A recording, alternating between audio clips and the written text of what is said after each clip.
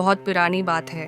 नूरपुर गांव में यूसुफ नाम का एक नेक दिल, मेहनती और अमानतदार लकड़हारा अपनी बूढ़ी माँ जीनत के साथ एक छोटी सी झोंपड़ी में रहता था।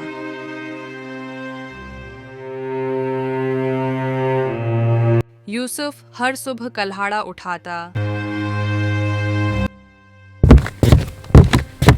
जंगल जाता, लकड़ियां काटता और बाजार में बेचकर जो थोड़ा बहुत कमा पाता, इसी से अम्मा और अपना गुजर बसर करता। जिंदगी में आसाइशें कम मगर मुश्किलात ज्यादा थीं।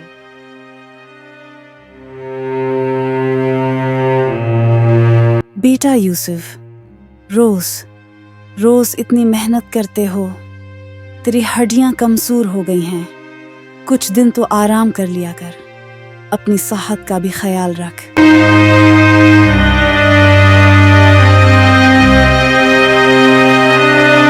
अम्मा, अगर मैं आराम कर लूंगा तो हम दोनों का चौलाहा कैसे जलेगा? फिक्र न करें, अल्लाह सब देखता है। इंशाअल्लाह मैं शाम तक लौट आऊंगा।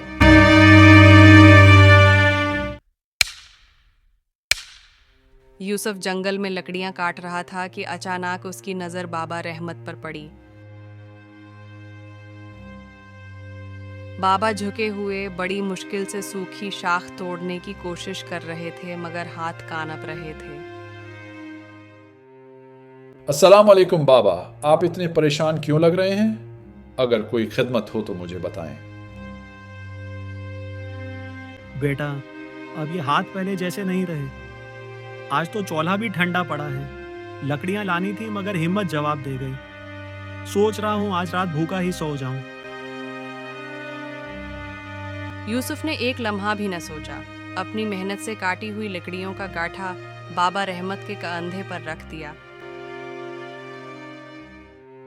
बाबा, आप फिक्र न करें, ये लकड़ियां ले जाएं। आज आपका चौल्हा इन्हीं लकड़ियों से रोशन होगा। जब भी जरूरत हो मुझे बुला लीजिए। इंशाअल्लाह आप कभी अकेले नहीं होंगे। बेटा, यूसुफ तो अल्लाह का नेक बंदा है। अल्लाह तुझे हमेशा खुश रखे और तेरे रिस्क में बरकत डाले।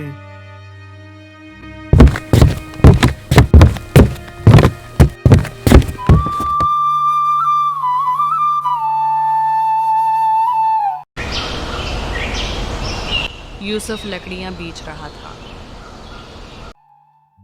भाइयों बहनों, लकड़ियां ले लो। जंगल से सईद ही लाया हूं। आग जलाने के लिए बेहतरीन है और मकान बनाने के लिए भी मजबूत। इसी दौरान गांव का जालिम सरदार चौधरी करीम खां अपने दोनों चमचों के साथ बाजार में आया।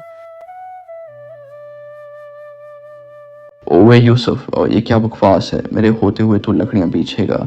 तेरी ये जुर्रत! चौधरी साहब, ये लकड़ियां मेरी मेहनत की कमाई हैं। मैंने अपने हाथों से काटी हैं। ये मेरा हक है कि मैं उन्हें बेचूं। किसी के जुल्म के आगे सर नहीं झुका सकता। याद रख, ये गांव मेरा है। यहाँ मेरी मर्जी के बगैर एक पता भी नहीं हिलता। आज मान ले, वरना अंजाम बड़ा होगा।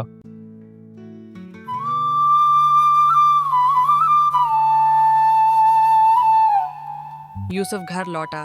रास्ते में एक जख्मी सफेद गाय को देखा। वो बड़ी मुश्किल से खड़ी थी। ऐ बेज़बान मखलूक, तुझे किसने यूं जख्मी छोड़ दिया? आ मेरे साथ, अब तो अकेली नहीं है।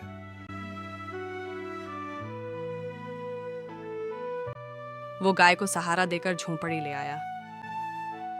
बेटा यूसुफ, ये गाय कहाँ से ले आया? बड़ी खूबसूरत है, मगर हम उसका पेट कैसे भरेंगे? अम्मा, ये जंगल में जख्मी पड़ी थी। इसे छोड़ देना जुल्म होता। अल्लाह है ना, सब कुछ संभाल लेगा। इसका नाम मैं सोफा रखता हूं। आमा जीनत और यूसुफ अल्लाह की मदद पर बात करते हैं। सफा गाय खामोशी से सनती रहती है।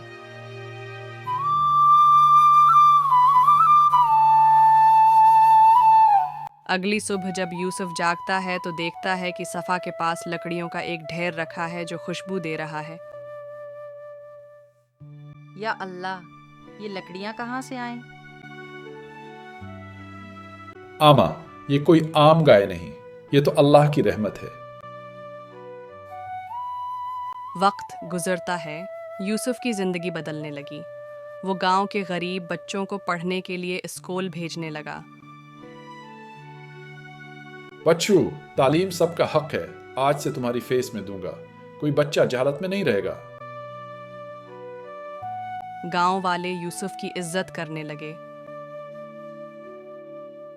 लेकिन चौधरी करीम खां के दिल में हसद और जलने की आग बढ़ने लगी। चौधरी का प्लान रात के अंधेरे में वो सफा को चराकर अपने डेरे पर ले आया।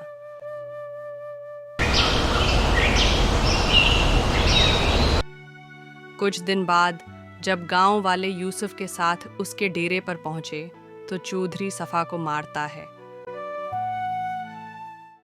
इसी लम्हे धमाकेदार रोशनी सफा गाय का रूप बदलने लगा। वो अल्लाह की तरफ से एक करामत में तब्दील हुई। चौधरी करीम, तूने जुल्म किया, यूसुफ के हक पर डाके डाला और बेज़बान को सताया। आज तेरा गुरूर खाक में मिलेगा। चौधरी और उसके दोनों चमचे सबके सामने गर्दों में बदल गए। सोने और दौलत का खजाना जमीन से निकलता है। यूसुफ, तेरी ईमानदारी और सब्र के सबब आज तुझे खुशहाली अता की गई। ये दौलत तेरे लिए नहीं बल्कि दूसरों की मदद के लिए है। या अल्लाह, तेरा शुक्र है। मेरी सबसे बड़ी दौलत तेरी रिजा है। यूसुफ और आमा जीनत की झोंपड़ी अब नूर का मरकज बन गई। सफ़ा अल्लाह की रहमत बनकर हमेशा उनके साथ रही और गांव वाले ये सबक सीख गए कि ईमानदारी, सब्र और दूसरों की मदद करना ही असल दौलत है।